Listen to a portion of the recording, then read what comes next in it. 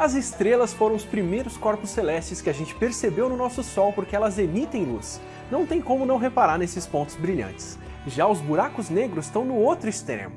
Primeiro teorizamos que eles podiam existir para depois poder ver alguma coisa. No episódio sobre buracos negros falamos sobre como eles são um ponto tão denso que gera tanta gravidade que nem a luz consegue escapar da sua órbita. Um ponto que primeiro foi demonstrado matematicamente. O que acontece quando a matéria é tão densa, quando a gravidade é tão intensa que o espaço se curva e nada pode escapar? Por isso esses pontos são chamados de buracos negros. Sem luz saindo, eles são invisíveis. É impossível de ver um buraco negro diretamente. Então, como ver indiretamente? Como o Cooper fala em Interestelar, tudo que escapa de um buraco negro é a gravidade. Então o que a gente pode ver são justamente os efeitos da gravidade. Efeitos como as ondas gravitacionais que buracos negros produzem quando se fundem, o que a gente já explicou por aqui. Ou efeitos que a gente pode medir, como a luz que passa perto deles. Por exemplo, a gente suspeitava de um buraco negro no centro da nossa galáxia, a Via Láctea. E, observando o centro dela por anos, a gente pôde ver isso. Esse é um vídeo feito com anos de fotos das estrelas orbitando Sagitários A estrela, uma fonte de rádio que acelerou uma estrela dessas, a S2, a mais de 25 milhões de quilômetros por hora. A massa necessária para curvar tanto a órbita dessas estrelas teria que ser maior do que 4 milhões de vezes a massa do nosso Sol. E para tanta matéria caber num ponto tão pequeno, só menos de 16 vezes o tamanho do Sol, Sagitários A estrela deve ser um buraco negro. Para olhar ele diretamente, a gente podia ver um outro efeito, o efeito de lente gravitacional que um buraco negro faz, distorcendo o espaço o suficiente para desviar a luz que passa por trás. Só que como ele está a 26 mil anos-luz da Terra, são bilhões de milhões de quilômetros. Ver isso precisa de uma proximidade ou de um aumento muito maior do que a gente tem capacidade hoje. Ainda precisamos de um efeito mais chamativo ainda.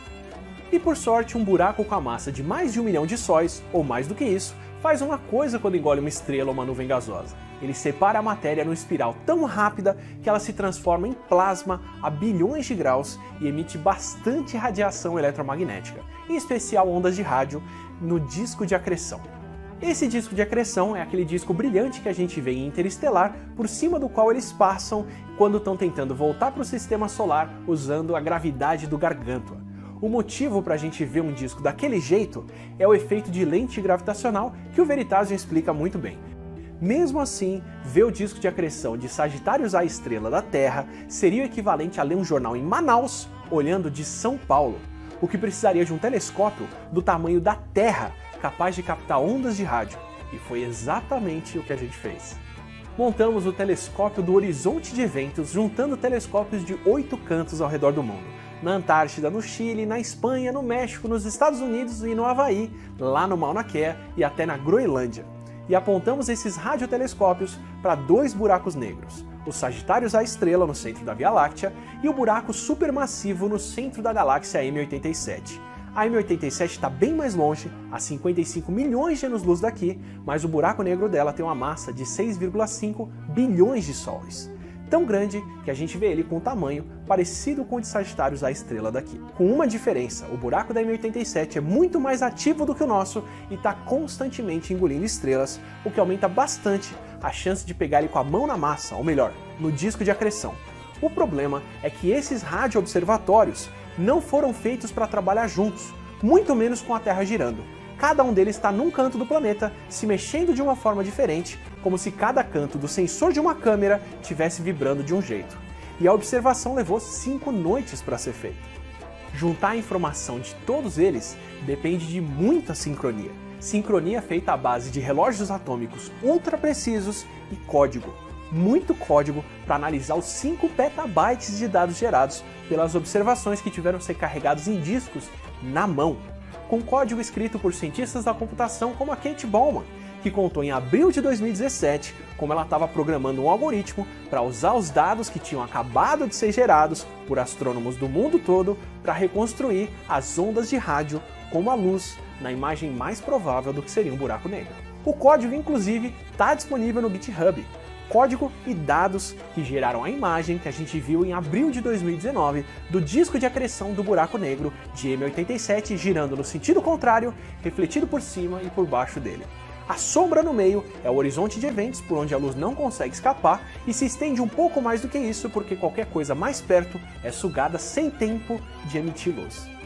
A imagem é um pouco diferente do Gargantua de Interestelar, mais borrada por causa da distância e com uma porção brilhante embaixo, porque o filme não mostra que na região onde a matéria está sendo acelerada na nossa direção, no caminho por onde eles inclusive vão no filme, o efeito Doppler deixa o disco ainda mais brilhante. Como a gente já imaginava que aconteceria por cálculos e simulações que a gente faz desde 1972, usando as equações de Einstein que ele propôs no começo do século XX. Agora, se você está pensando, então o velhinho sabia? Aqui vem a maior lição da ciência. O Einstein não precisava acreditar nos buracos negros para estar certo. Aliás, ele nem acreditava. Em 1939 ele publicou um artigo tentando provar que os buracos negros eram impossíveis, para pouco depois o Oppenheimer e o seu aluno mostrarem como eles deviam existir e poderiam se formar usando a teoria geral da relatividade do Einstein. E agora a gente tem a prova visual do que ele não acreditava. Usando o mesmo pensamento e rigor científico que mostra que a evolução é real, que o aquecimento global existe e é causado pela nossa ação, agora a gente consegue usar o planeta de telescópio para ver um buraco negro a 55 milhões de anos-luz daqui, para ver um dos fenômenos mais extremos do nosso universo, que foi teoretizado, calculado, simulado, inferido e só depois registrado. Imagina quantos outros fenômenos a gente ainda não vai poder ver, com mais equipamentos, mais métodos, mais códigos, mais algoritmos e mais pesquisadores competentes como a Kate ou como você pode ser. Tudo porque a ciência mostra a realidade independente do que a gente acha ou gostaria, porque com ela a gente pode falar, faça-se luz e tornar o invisível visível, acreditando nele ou não.